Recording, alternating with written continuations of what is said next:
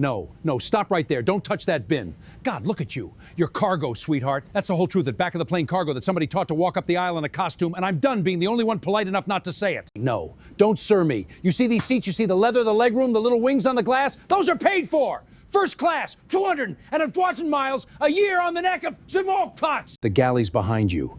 There are coats that need hanging and a cabin that needs wiping down before we push. So either make yourself useful or make yourself gone. But do not stand in my aisle pretending you're something you're not. I'm not in your way, sir. I just need to stow this in the forward closet, and then I'll be out of the cabin entirely. 30 seconds. You'll be out of the cabin now. I don't care what you need to stow. You know what's wrong with this airline? It's that they let just anybody up here now. Used to mean something, the front of the plane. Now it's you, with your little rolling bag and your attitude. Acting like a uniform makes you a person worth my time. It doesn't. Hang my coat or get out of first class. I'm not the help, sir, but I'll happily hang your coat. Oh, you'll happily listen to it talk. I don't want commentary. I want the coat hung, and then I want you gone. And the woman he was saying it to, 52 years old, standing in the forward cabin of a Boeing, in a navy blue jacket with 4 gold stripes on each sleeve, and a rolling flight bag at her side, looked at the man in seat 2, for a long, level moment. And then she said, very quietly, "I'll hang it on my way to the flight deck." The one thing Warren Keel had not bothered to read. In the 4 seconds it took him to decide what she was, were the 4 gold stripes on her sleeve. 4, the most there are. The ones that are only ever on the arm of one person on any airplane in the world. He had read the leather and the legroom and the etched wings on the wine glasses. He had not read the only stripes on the airplane that actually meant anything. And in about 19 minutes, that person, the woman he had just called cargo, was going to be the only thing standing between Warren Keel and the ground, and she was going to do the job perfectly, the way she did it for everyone, the deserving and the cruel alike. Because that is what the 4 stripes mean. And it is the one thing he would never have the wingspan to understand. To understand why, Captain Rosalind Banks was walking up the aisle of Flight 1148, with her father riding in her flight bag. You have to go back 40 years, to a man on his knees on a freezing ramp at 4 in the morning, scrubbing de-icing fluid off the belly of an airplane he would never be allowed to fly. His name was Eldridge Banks, and he was Rosalind's father. And for 41 years, he worked below the wing. That's the term. In the business below the wing, for the people who do the work that touches the ground, the baggage, the fuel, the cleaning, the de-icing, the pushback, the 1,000 unglamorous things that have to happen before a single passenger up above the wing ever feels the floor leave the earth. Eldridge fueled airplanes and cleaned airplanes and loaded airplanes at this very airport. The one flight, 1148, was about to leave. For 4 decades. He started in 1972, when a black man on the ramp was as high as a black man was going to get at most airlines. And he was good at it. And he was proud of it. And he never once in 41 years got to sit in the seat Rosalind was walking toward, but he wanted to. Lord, how he wanted to. Eldridge Banks loved airplanes the way some men love a religion, not the schedule of them. Not the business of them, the actual machines. The impossible fact of them.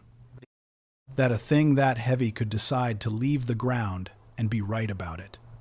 On his breaks, he would stand at the fence by the run-up area and watch them rotate. Watch the nose come up and the wheels let go. And something in his chest would go up with them every single time. He bought books on aerodynamics. He taught himself to read past. He knew every airplane in the fleet by the sound of it coming over. And once, exactly once, in 1984, a kind captain who'd watched Eldridge linger by the flight deck during a long turn had let him sit in the left seat at the gate. Engines off. Just to feel it. Just for a minute. And Eldridge Banks had put his hands on the yoke of a parked airplane and cried. Quietly. The way men of his generation cried. and the captain had pretended to be checking something on his clipboard so the man could have his minute. Eldridge told that story for the rest of his life. The day a captain let him sit in the seat, it was the closest he ever got. He couldn't get closer. The money wasn't there for flight school. Flight training costs as much as a house. And Eldridge was raising 3 kids on a ramp agent's wages, and the era wasn't there either. Not for him. Not in time. So Eldridge Banks did what the people who don't get to live their dream have always done. He pointed it at his children like a light. And of his 3 kids, it was the middle one, Rosalind, who looked up where he was pointing. She grew up at that airport. Saturdays. When Eldridge pulled an extra shift, he'd bring her, and she'd sit in the break room, or better, stand with him at the fence and watch the airplanes go. And he'd narrate them. That's a wide body. Baby, see the 2 aisles worth of windows? That's the big iron. Coast to coast. Ocean crossings. How does it even get up? Daddy, it's so heavy. Now that's the right question. That's the only question. Really. And Eldridge would crouch down beside her at the fence and hold his flat hand out into the wind, coming off the field. Feel that? Air's not nothing. Air pushes back. You shape the wing just right. You move it fast enough. The air holds it up. The whole trick of the airplane is convincing the sky to carry something it's got no business carrying. He'd look at the wide body rotating off the far runway, and his chest would go up with it, the way it always did. Heaviest thing in the world decides it's leaving. And it's right. Greatest thing people ever figured out. Baby. Greatest thing. By the time Rosalind was 10, she could identify aircraft by their silhouette at altitude. By the time she was 12, standing at that same fence on a cold Saturday with a thermos of her father's bad coffee between them, she said it out loud for the first time. Daddy, I'm going to fly them. Not clean them. Fly them. And Eldridge Banks, who knew exactly how long and steep and expensive that road was for a black girl from their neighborhood, who had felt his own version of that dream die a quiet death for lack of money and the wrong decade, did not say, baby, that's a hard road. He did not say, let's be realistic. He was quiet a moment, watching a jet climb out into the gray. And then he said, then you're going to fly him. He said it like a fact, like the weather. It's going to be the hardest thing you ever do. And people are going to spend the whole way telling you it's not for you. And you're going to do it anyway. And I'm going to be standing right here at this fence the day your wheels leave the ground. You hear me? Whatever it takes. I'll be right here. And I'll watch my baby's airplane go up. And I'll know I had a little something to do with it. He'd handed her the thermos cup. Now drink your coffee and watch this next one rotate. Tell me when the nose comes up. It took her 30 years. It took the Air Force. Because the Air Force was the only way she could afford the flight hours. And she flew tankers, refueling other aircraft in the dark over places she still didn't talk about much. It took years as a regional first officer, flying turboprops into small fields for pay that barely covered the rent. Building hours, the slow way. It took being, very often, the only woman in the room, and almost always the only black woman, and getting asked more times than she could count, even in uniform, even with the bag and the hat and the wings. Whether she was the flight attendant, there was the passenger in Cincinnati who'd handed her his empty cup as she walked past in full uniform, hat and all, and said, 2 creams next time. Hun. There was the gate agent who'd stopped her at the jet bridge door and said the cockpit jump seat wasn't for your kind of staff, and made her produce her ID twice while the white first officer behind her was waved through with a nod. There was the woman who'd watched Rosalind do the captain's walk-around, kick the tires, check the flaps, and then asked her, brightly, Do you know when the pilot's getting here? Rosalind had learned to answer all of it the same way. Pleasant.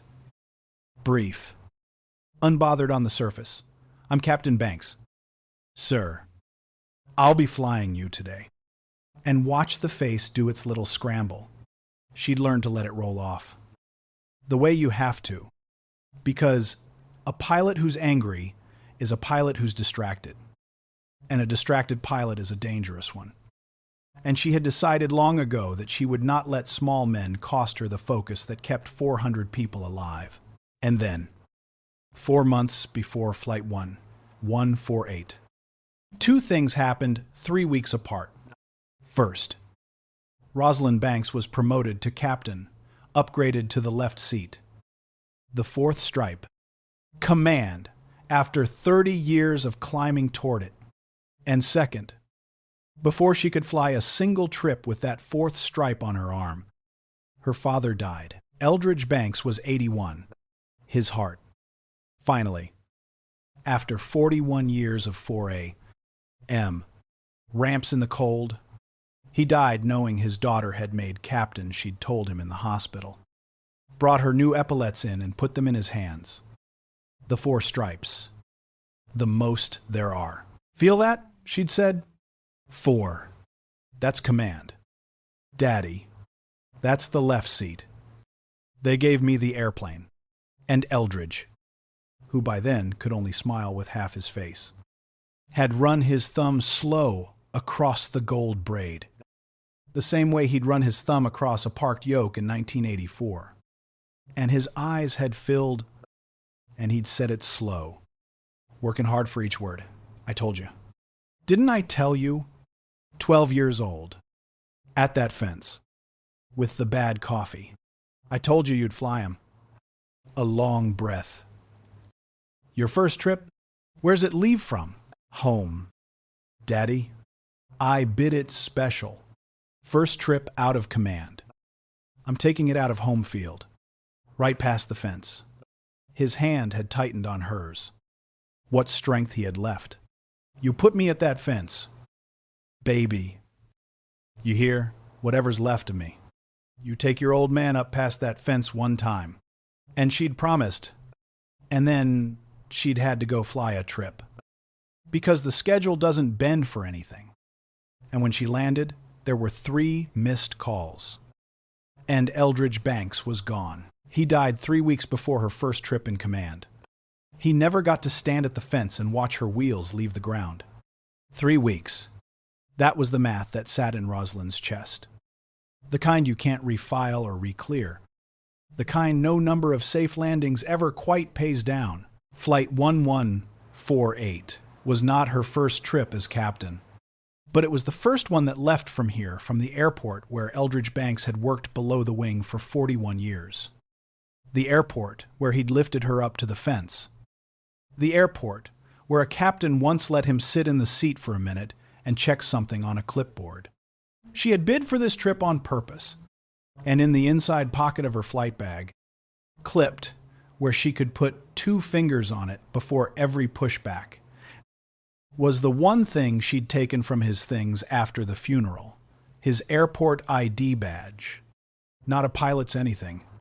A ramp agent's badge. Laminated. Worn soft at the corners, from 41 years on a lanyard against his chest. His younger face on it. And, underneath, the title he carried with more pride than most men carry titles that come with a corner office, aircraft service. Below the wing. She carried her father below the wing. Up to the flight deck. On every single flight.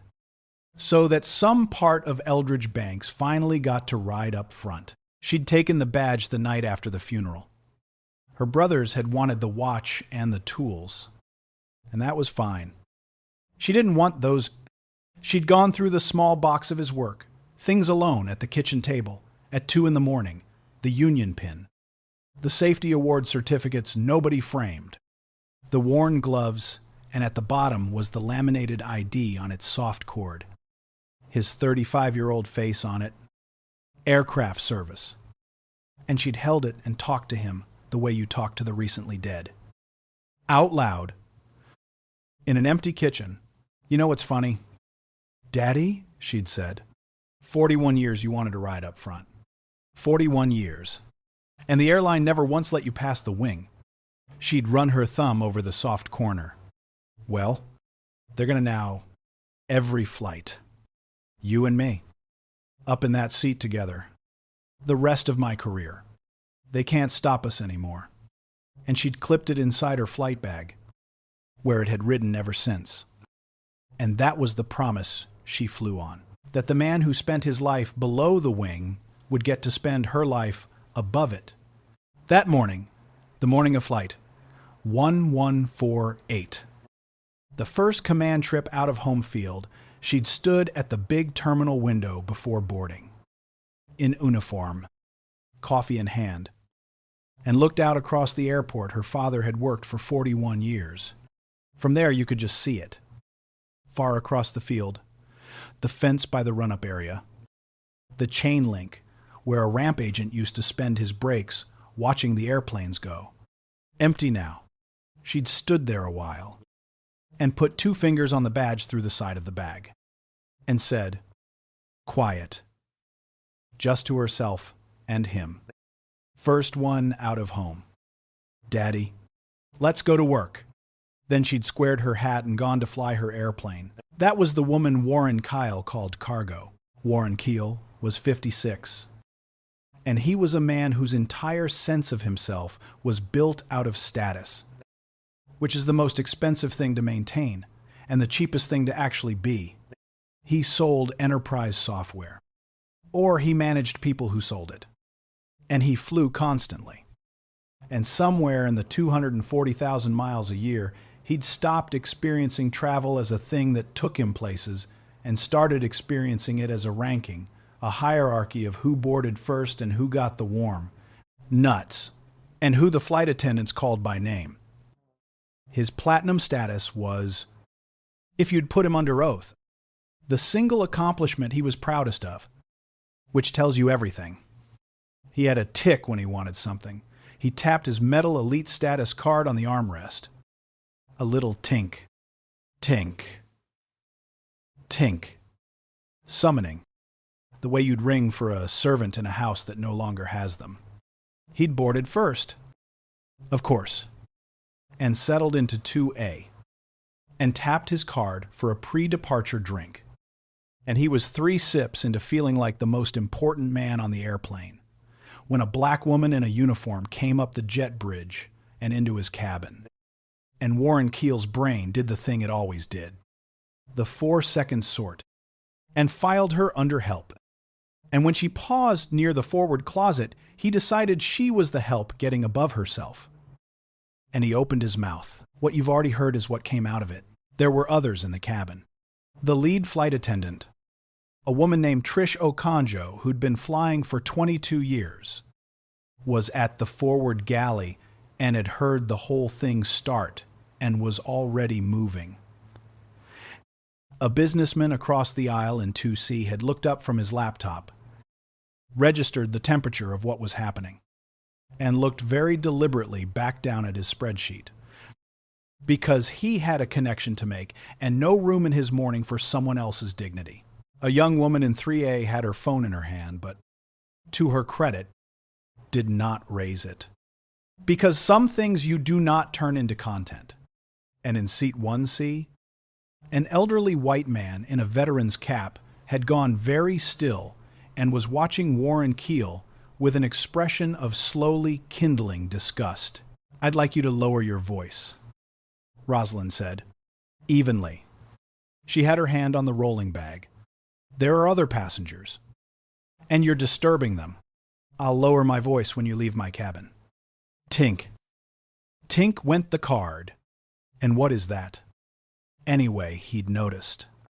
Now, the flight bag, and the corner of the laminated badge clipped inside the open pocket.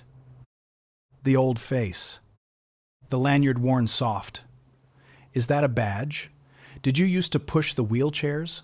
That's adorable. Keeping a little souvenir. He laughed. Look, I'll make it simple. since simple seems to be your speed. I want a captain who knows what he's doing flying this airplane. And I want the cabin crew to stay in the cabin doing cabin things. And I want people like you to understand that the uniform doesn't change what you are. Now, I won't say it a fourth time. The badge. He'd mocked the badge. He'd looked at 41 years of Eldridge Banks below the wing, at the worn, soft corners of a dead man's pride, and called it adorable. Across the cabin, the elderly man in 1C, the one in the veteran's cap, turned in his seat. Hey, that's enough out of you. Friend, you don't talk to people like that. Warren didn't even look over. This doesn't concern you. Pops, mind your own flight. He waved a hand without turning his head, the way you shoo something, and went right back to it. Because a man like Warren cannot be interrupted in the middle of feeling powerful. Where was I? Right. The badge. You people and your little keepsakes. Tink. Tink went the card. Like a costume's gonna make you something you're not. And Rosalind Banks felt something move in her that she had spent 30 years learning to hold still. Felt her jaw tighten. Felt the old heat come up. The heat that wanted to tell this man exactly who that face on the badge was, and exactly what those 4 stripes meant, and exactly how badly he had misjudged the morning. She felt her hand want to close around the strap of the bag. And then she did the thing her father had taught her at the fence. The thing 30 years had drilled into her bones. She breathed. And she let the focus come back. Because a pilot who's angry is a pilot who's distracted. And there were 140 souls boarding behind this one cruel man. And all of them were about to be her responsibility, including him. Especially him. You won't have to say it a 4th time, she said. And she meant it in a way Warren Keel could not yet hear. Trisha Conjo had reached them by now. And Trish, who had 22 years and 0 patience left for men like this, opened her mouth to say the thing, sir. Do you have any idea who? And Rosalind caught her eye and gave the smallest shake of her head. No, don't tell him. Some reveals you do not hand a man. You let him arrive at them with the full weight of the fall. Trish closed her mouth. And something passed between the 2 women. A whole conversation in a glance. And the corner of Trish's mouth moved. Because she understood exactly what was about to happen, and she was going to enjoy it as much as it is professional to enjoy anything. I'll stow this and be out of your way. Sir, Rosalind said, enjoy your flight. And she hung his coat. She actually hung his coat in the forward closet, because it was in the way and because she was, in the deepest sense he would never understand, responsible for his comfort. And she stowed her bag, and she put 2 fingers on the soft corner of her father's badge the way she did before every pushback. Aircraft service. Below the wing. Up front, at last. And then Captain Rosalind Banks opened the flight deck door and went to fly the airplane. She settled into the left seat. The left seat, command. The seat her father got to sit in once for a minute, in 1984, with the engines off, and ran the flows. And First Officer Dale glanced over. Everything good. Captain, you look like you caught some weather already and we haven't left the gate. Rosalind almost smiled. Just a passenger in 2A who thinks he runs the airline. Want me to have him reseated? No. She clipped the badge's pocket closed. Gentle. No. I want him right where he is. Let's fly. Before start checklist. Before start checklist, Dale said. And they went to work. And behind the locked door, Warren Keel got his second drink and told the man in 2C that you had to stay on top of these people, or the whole operation went to hell. He was settling into the particular contentment of the small and cruel when the boarding finished. And the door closed. And the airplane pushed back. And the speaker above his head crackled. And a calm, warm, unmistakable voice filled the cabin. "Good evening, folks." From the flight deck, "This is your captain speaking. My name is Rosalind Banks, and on behalf of myself and First Officer Dale, I'd like to welcome you aboard Flight 1148. We're number 3 for departure, looking at a smooth climb out with a few bumps up around the weather to our west, which we'll do our best to find a way around. Sit back, relax, and thank you for flying with us tonight. Flight attendants, prepare for departure." The cabin did a thing. Then, a small collective thing. People who'd witnessed the exchange in first class turned slowly to look at seat 2A. The veteran in 1C turned all the way around in his seat. "That's her," he said to Warren, not bothering to lower his voice. "That's your cargo. She's flying the airplane." And he turned back around, satisfied. A man who'd lived long enough to enjoy watching the world correct itself. Trisha Conjo, strapping into her jump seat 3 feet away, looked at Warren and did not bother to hide the smile now. And Warren Kyle sat very still, with his elite status card in his hand and his second drink going warm. As the full arithmetic of the last 10 minutes arrived on him all at once, the uniform, the 4 stripes he hadn't read, the badge he'd called adorable, the woman he'd called cargo, and the voice. That calm, warm voice, now in command of the airplane, in command of the weather, in command of him. 36,000 feet of nothing, about to open up beneath his expensive seat with her hands, the only thing holding it closed.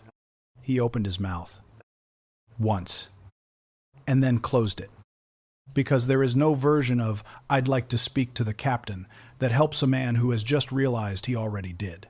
Now, you might think the reveal was the justice. It wasn't. The justice came an hour and 40 minutes later, over the mountains, in the weather, the line of storms the captain had mentioned. Calm, almost offhand, a few bumps up around the weather was worse than the forecast, the way weather sometimes is, building faster than the models said, and the smooth flight Warren Keel had been ruining for everyone in earshot turned over the high country, into the kind of flight that finds out what people are made of. The first big jolt came without warning and dropped the airplane in a way that turns drinks into ceiling decorations and conversations into silence. Then another. The seatbelt sign was already on. The captain's voice came over the PA. Still calm. Calm in a way that was its own kind of skill. "Folks, flight attendants, take your seats. It's going to be bumpy for a bit. We're working on getting you smoother air, and then it got worse than bumpy." What was happening? Up front was that Flight 1148 had run into a fast-building cell that the radar painted red and angry, right across their route, with a deck of weather below boxing in the easy options. And Captain Rosalind Banks was doing the job that 30 years and a dead man's dream had built her to do.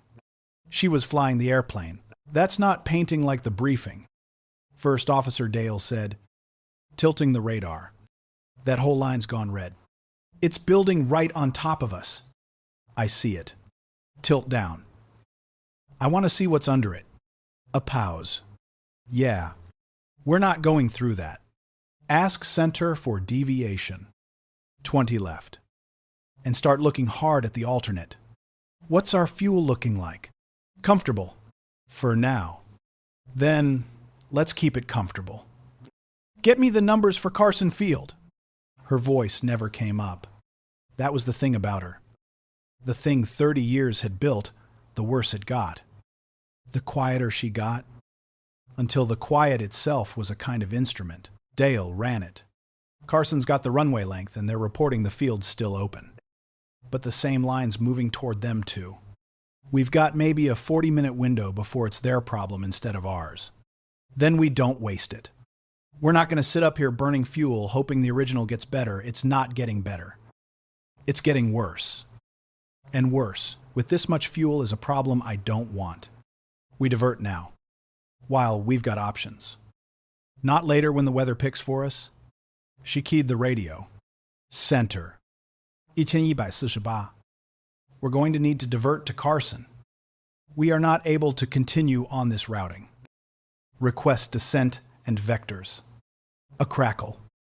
Arrow route. And they turned for the alternate. Tell the cabin. Rosalind said, keep it calm. Change of plans. Weather. We're going to put down at a different airport. Nothing to worry about. Don't say diversion. People hear diversion and they hear emergency. They pick their way down. Asking for headings. Getting some and not others. Center. 1148. We need 20 more left. We are not able direct. That cell is not moving the way you think it is. And when Center finally turned them toward the alternate, and they started down through the murk toward Carson Field, the air went from rough to violent. And on short final, the airplane's own voice cut through everything. Loud. Mechanical. The one alert. No pilot ever wants to hear low and slow. Wind shear. Wind shear. Go around. And here is where 30 years lived or died in about a second and a half. A wind shear on short final is the wind doing the one thing that can drop a jet out of the sky, and Rosalind Banks did not freeze, and did not gasp, and did not think about her father, or the man in 2A, or anything at all, except the 4 motions her hands had made 10,000 times in training, for exactly, precisely, this. Go around. Flaps. 15. She said. Already doing it. Throttles to the firewall. Nose coming up. The engine spooling to a roar that pressed everyone in the cabin back into their seats. Positive rate. Gear up. Positive rate. Gear up. Dale echoed. Hands moving. Tell Carson we're going around. We'll take the long way. Vectors for another try. And tell him the shear's right on the threshold so the guy behind us doesn't find out the hard way. Calm. Flat. A Tuesday. She took her airplane back up into the violent sky. Came around in a wide, patient arc, while the cabin behind her thought the world was ending. And brought it down a second time, flying it right down to the concrete, daring the wind to argue, and the wheels found the runway with a firmness that said the captain had meant every inch of it. In the cabin, it felt like the end of the world. Up front, it was a thing she'd trained for 10,000 times. And in seat 2, a Warren Keel, 240,000 miles a year. Platinum. The most important man on the airplane was not important anymore. Warren Keel was a frightened animal in a metal tube, gripping the armrests, his elite status card forgotten in the seat back pocket, making the small sounds a person makes when they have remembered, all at once, that they are mortal and not in charge of anything. Oh, God. Oh, God. We're going down. We're, sir. It was Trish. Strapped into her jump seat 3 feet away, her own knuckles white. Her voice doing the thing 22 years teaches you to do with your voice. Sir, look at me. We are not going down. That sound just now? That was the captain choosing to go back up instead of forcing a bad landing. That's not panic. That's the most experienced person on this airplane making the safest call there is. She's got it. You don't know that. You can't. I do know that, Trish said. And even white-knuckled there was iron in it. I know exactly who's flying this airplane. And I'm telling you, of everyone on board. The person whose hands are on the controls right now is the last person you need to be scared of. She did not say the rest of it. She did not say, it's the woman you called cargo. She didn't have to. She just held the frightened man's eyes until the airplane steadied. Because that was the job. And the job, like the captain's, doesn't get to pick who's worth the kindness. And when the second approach steadied, when the wheels finally found the runway at the alternate, with a firmness that said the captain had flown it right down to the concrete and dared the wind to argue, when the airplane rolled out safe and slowing on solid ground, the cabin of Flight 148 burst into applause. Not polite applause, the shaking, weeping, alive applause of 140 people who had just been handed back their lives and knew exactly whose hands had done it. And the voice came on. Warm, calm, a little tired now, with something underneath it that only Trish Okonjo, who knew the whole story, could hear.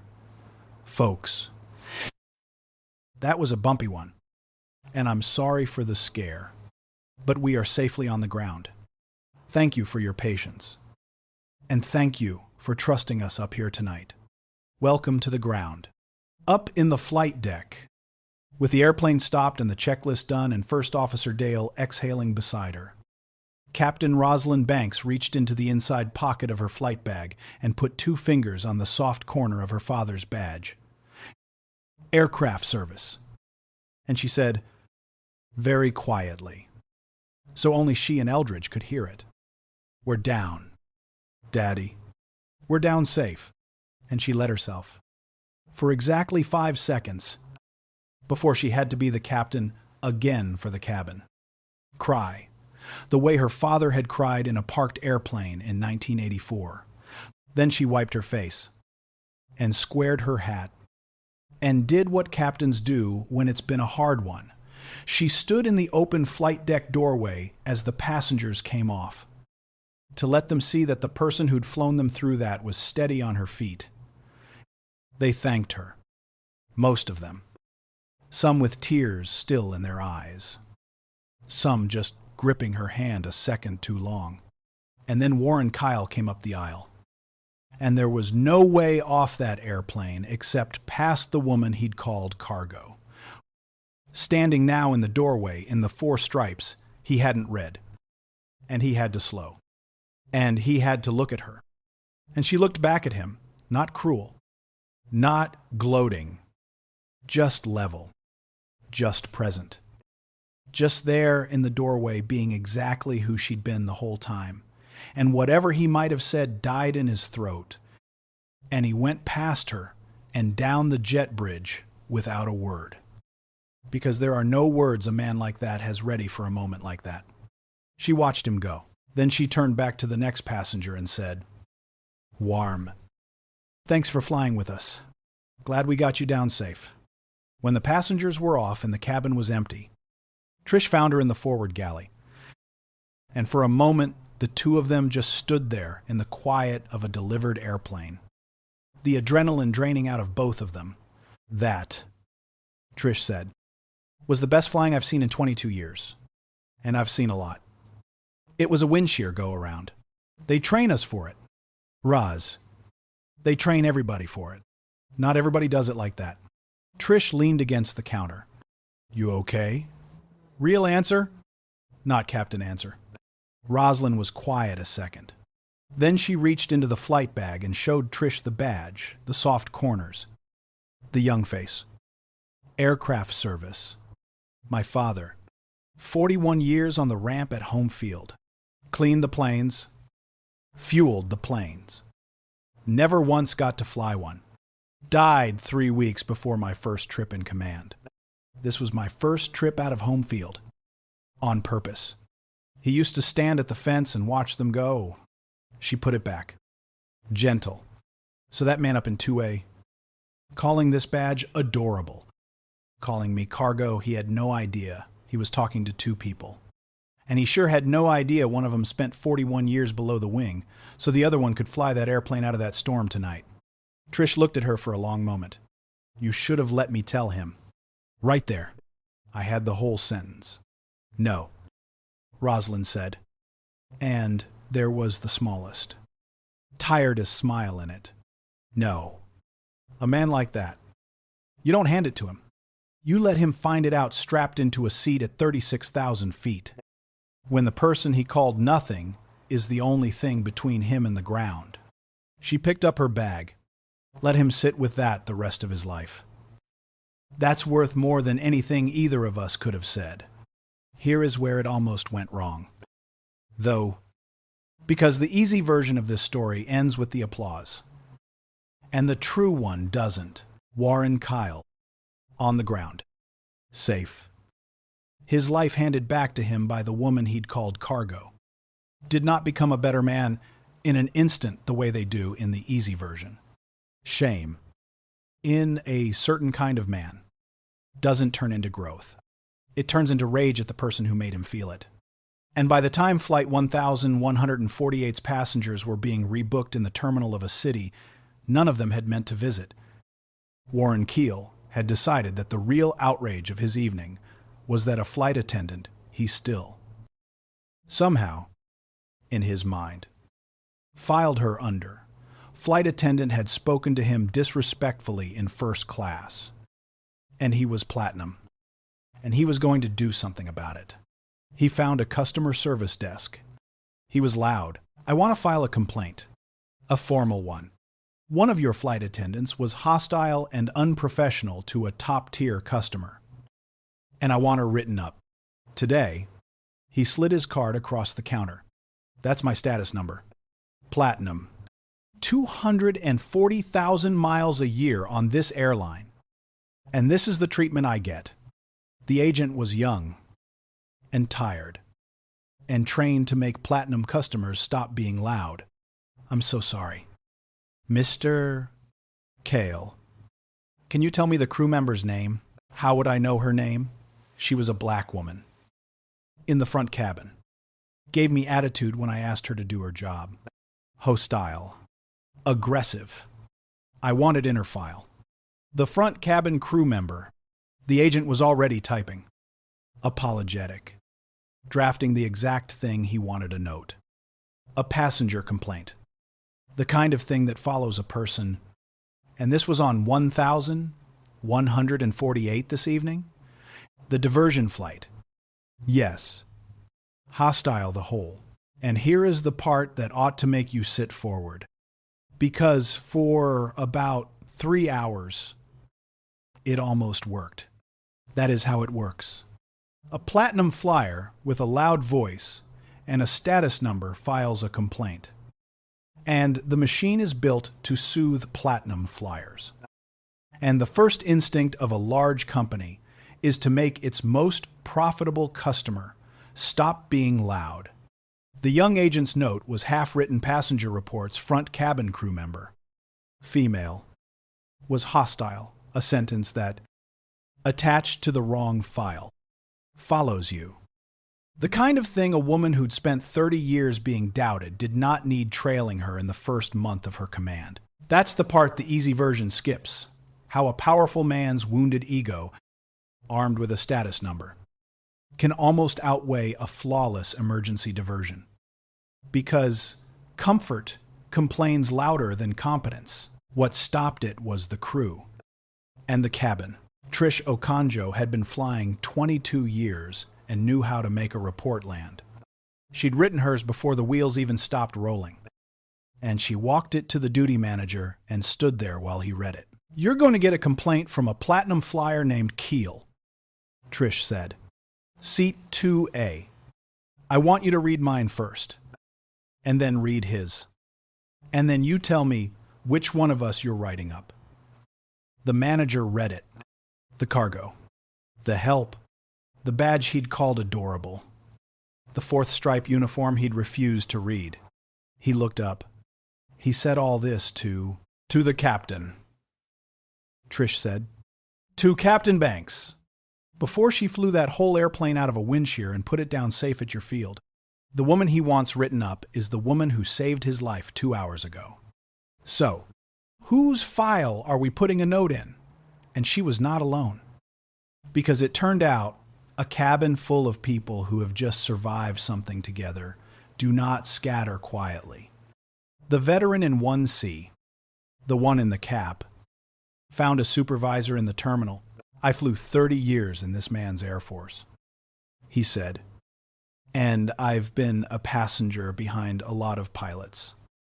And that was the finest piece of flying I have ever sat through. And before she did it, that man right there, he pointed across the rebooking area at Warren, called her cargo, called her the help, mocked a photo of somebody's daddy clipped to her bag, hours before she saved his life. You write that down. You write down that a veteran told you so and will sign it. The young woman from 3A, who had not filmed it, came forward and handed over a page where she'd written everything she'd heard. Names and seat numbers and the exact words.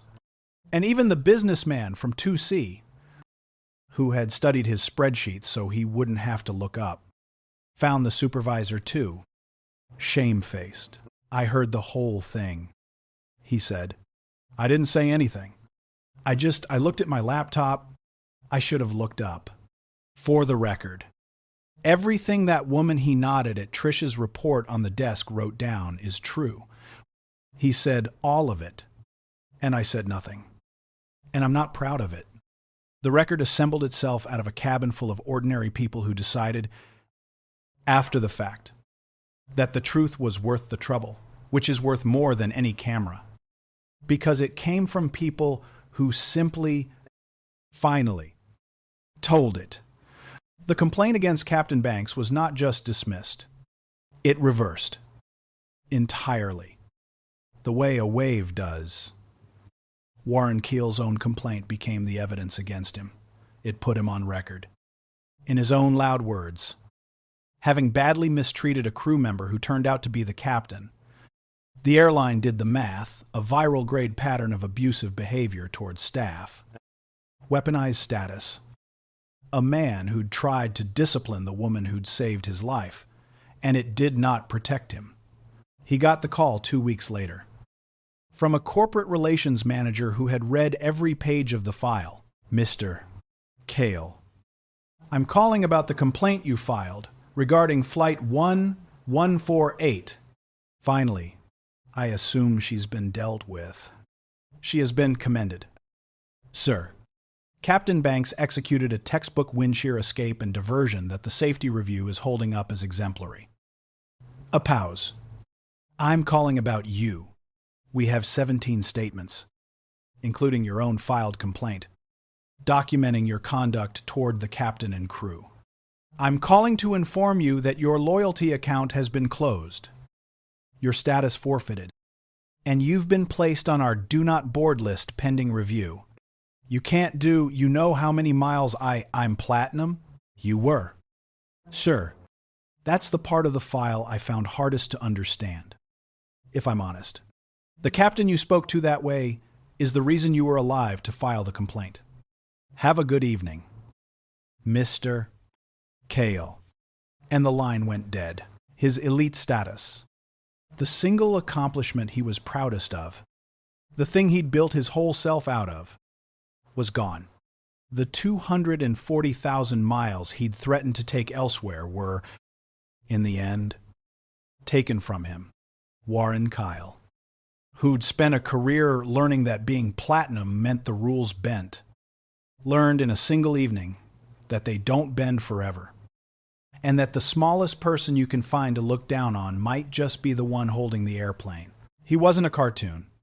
He was a man who'd poured his entire worth into a ranking because he was terrified of what he'd be without it. And the terror is a kind of explanation, but it isn't an excuse. And he'd had a choice every time he tapped that card. And he'd made the same one every time. The last anyone heard. Warren Kyle flies coach now on whatever airline will have him in the back of the plane with the cargo. And here is the killer line. It didn't come in the heat of it. It came after, at the gate, 2 days later. By accident, Warren had been rebooked. Statusless. Now, onto a flight, Rosalind happened to be deadheading on riding as a passenger, in uniform, to reposition for her next trip. And they ended up, of all the gates in all the airports, waiting at the same one. He spotted her. She was reading, in no mood, and she felt him approach the way you feel weather coming. He stood over her, diminished, smaller than he'd been at 36,000 feet. And he did the thing men like him always do, the thing that is almost an apology and never quite one. Look, Captain, if I'd known you were the captain, obviously I would never have said any of, I know, Rosalind said, and she closed her book. And she looked up at him, and she was not angry, which was the terrible part. That's the whole problem. And I don't think you can hear it yet. So I'll say it once, and then we can both go back to waiting for our flight. He waited, because for once in his life, he didn't have anything to say. You think your mistake was not knowing I was the captain. It wasn't. Those 4 stripes were on my sleeve the entire time. 4 of them. You didn't miss them. You looked right at them and decided they couldn't mean what they mean. Because you'd already decided what a woman like me was allowed to be in your cabin. And here's the part you should carry. I didn't have to earn your respect by turning out to be the captain.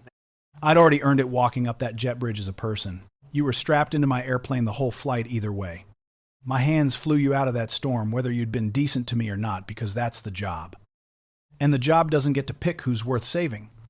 She picked up her bag and stood, which put the 4 stripes at his eye level. You weren't wrong about who had the power on that airplane. You were just wrong. Your whole life. About where it lives. That's the line. It didn't need anything around it. And she didn't wait for an answer. Because there wasn't one. She walked down to the far end of the gate area and sat where she couldn't see him. And Warren Kyle stood alone by the window, watching the airplanes. He no longer had the status to board first. And for the first time in a long time, he had nothing in his hand to tap. Now let me tell you how the rest of it came down. Because in a story like this, you don't get to skip the part where the scales come level.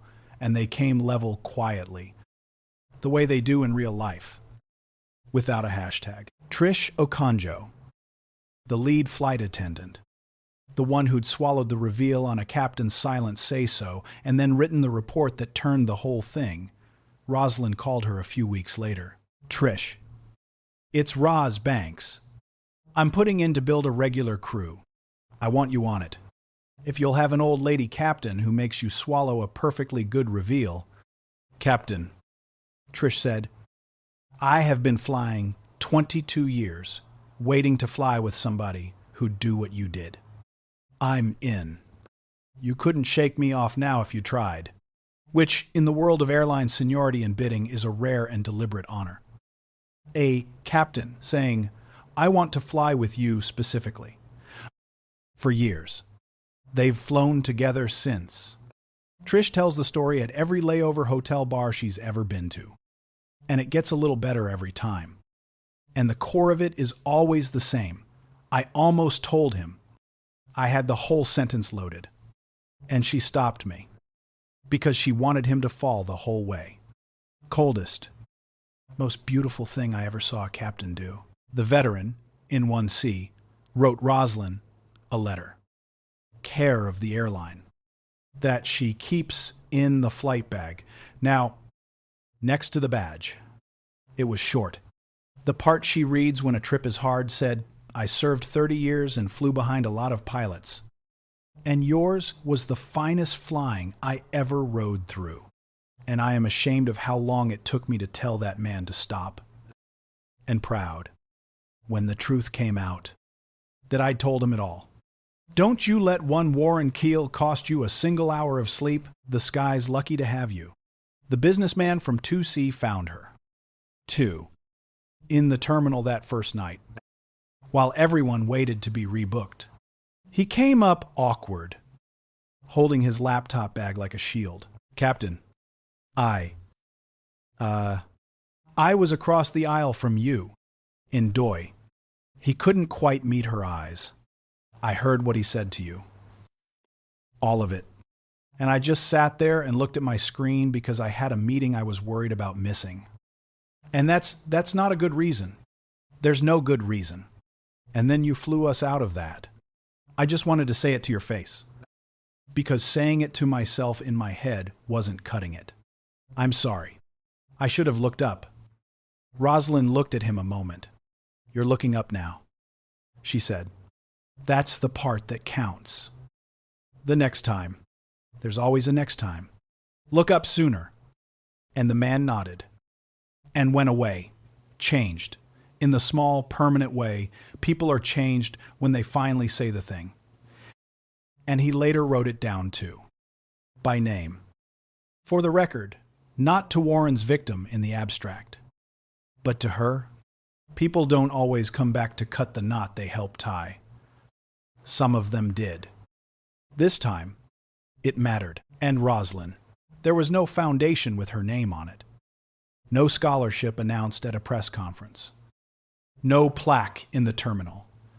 What there was a captain who had spent 30 years being the only one in the room, and who decided to spend the rest of her command making sure she wasn't the last. She started saying yes, yes, to the airline's outreach program that brings kids from neighborhoods like the one she grew up in out to the airport. To stand, not at the fence, but on the actual ramp. And then, the part that undoes them every time. Up the actual jet bridge and into the actual flight deck. To sit in the actual left seat with the captain's hat on their head. Engines off. Just to feel it. Just for a minute. She does it on her own time. She seeks out the black kids especially, and the girls especially. The ones standing a little back from the group, like they already know this isn't really for them. And she waves those ones up first. There was a girl on one of the first tours, maybe 11, who hung at the very back by the jet bridge wall with her arms crossed, not looking at the flight deck, looking at her shoes, the way you protect yourself from wanting a thing you've decided you can't have. Rosalind knew that posture. She'd worn it. She walked back and crouched down to the girl's level. What's your name? Destiny. You want to see the seat? Destiny? It's okay. The other kids can go. A shrug. I'm not really, my grades aren't even that good in math, and you have to be good at math. Says who? Everybody. Rosalind had stood up and held out her hand. Let me tell you a secret about everybody. Everybody told my daddy he'd never do better than cleaning the planes. Everybody told me a girl from our block wasn't going to fly anything. Everybody is wrong about somebody every single day. And the only question is whether you're going to let them be wrong about you. She'd nodded toward the open flight deck door. Come sit in my seat. Just for a minute. You don't have to be good at math yet. You just have to find out how it feels. And she'd put Destiny in the left seat. And put the hat on her head. And put her small hands on the yoke. And watch the girl's crossed arms come undone, and her whole face open up into the thing Eldridge Banks's face did in 1984. And she'd said, quiet. Just to her. There it is. You feel that? That's yours if you want it. Don't you let anybody fly your airplane. And she tells every one of them. Every time. The thing she needs them to carry out of that flight deck, they're going to spend your whole life telling you where you belong. Don't you let them fly your airplane. You hear me? You're the only one who gets to sit in this seat. Her father's badge still rides in the inside pocket of her flight bag. Aircraft service. Soft at the corners. Up front, on every single flight. So that some part of Eldridge Banks gets to ride above the wing he spent 41 years working below. And on the trips that leave from home from the airport where he scrubbed de-icing fluid off airplane bellies at 4 a.m, where he lifted his daughter up to the fence, where a kind captain once let him sit in the seat. Captain Rosalind Banks does one private thing before she pushes back. The first time she did it, First Officer Dale noticed. They'd gotten their clearance. The checklist was done. And instead of releasing the brakes, she paused, 2 fingers on the open pocket of her flight bag, looking out the left window across the field. "Captain, we're cleared to push." "I know. Give me a second." She kept looking. "You see that fence? Far side of the field. By the run-up area?" "Yeah. My father stood at that fence for 41 years on his brakes and watched the airplanes go. Worked the ramp here his whole life. Never got to fly one." She put 2 fingers on the soft corner of the badge. "He's at that fence right now, as far as I'm concerned. So I tell him to watch. Every time we leave from home. It's a thing I do." Dale, who was 29 and had a lot to learn, but knew enough to know holy ground when he was standing on it, said, "Take your time, Captain."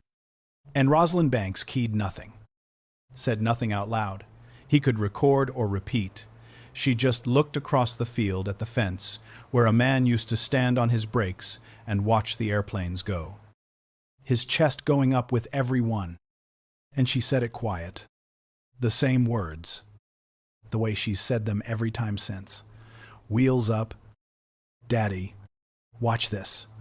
And then Captain Banks released the brakes and rolled and rotated, and the nose came up, and the wheels let go of the earth. Her father swept for 41 years.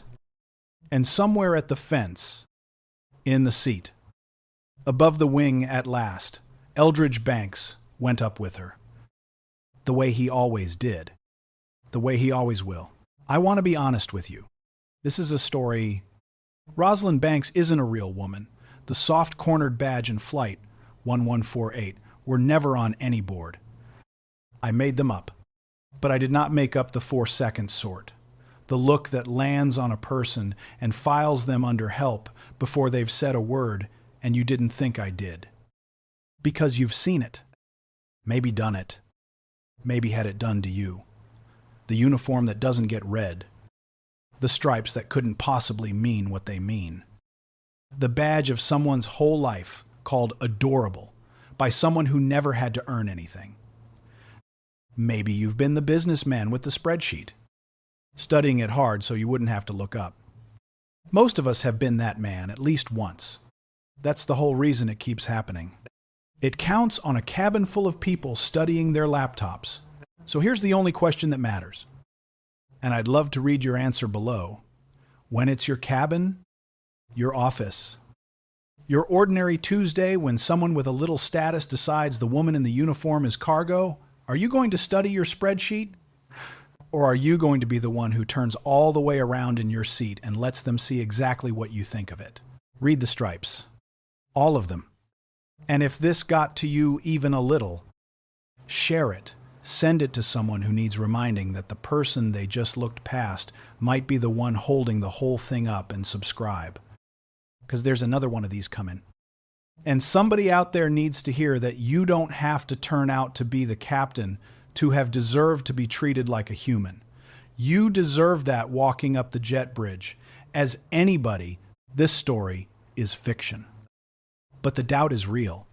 All over this country, there are people in uniforms that don't get read, holding qualifications that couldn't possibly be theirs, doing the job flawlessly, while someone with more status and less skill decides they don't belong. And there are people, too, below the wing, behind the counter, under the radar, who spent their whole lives pointing a dream they never got to live as a child. Like a light. If this story moved you, the kindest thing it can ask of you is small. And it's free. The next time your gut does the 4-second sort on a stranger, slow it down and read the whole person before you decide what they're allowed to be. That's where everything starts. Read the stripes. All 4 of them. Especially on the people the world keeps deciding couldn't possibly have earned them.